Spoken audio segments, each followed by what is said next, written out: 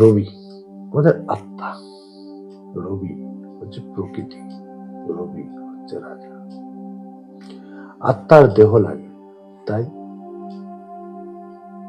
কালপুরুষ কুণ্ডলীর মেষ রাশিতে রবি উচ্চস্থ। কারণ আত্মা ভোগ করতে এসেছে তার কর্মফল। কর্মফল ভোগ করার জন্য যে আধার লাগে, সেই আধারটাই হচ্ছে দেহ। মঙ্গল হচ্ছে দেহ কারক। মেষ রাশি ঊর্জার রাশি, সিংহাসনের রাশি, রাজার সিংহাসন দরকার। বিপরীতে তুলা রাশিতে রবি আনকমফর্টেবল, কারণ শুক্রের রাশি, শুক্র ভোগ, আত্মা ভোগ বোঝায় না। তুলা রাশি ভোগের রাশি, ভৌতিক জগতের রাশি। তুলা রাশি ব্যালেন্সের কথা বলে, আত্মা ব্যালেন্স করতে পারে না। আত্মা দেহ ধারণ করেছে কর্ম ভোগ করার জন্য, বাসনা কামনা আত্মার নেই।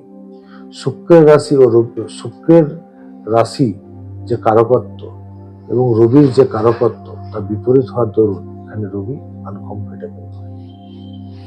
নমস্কার।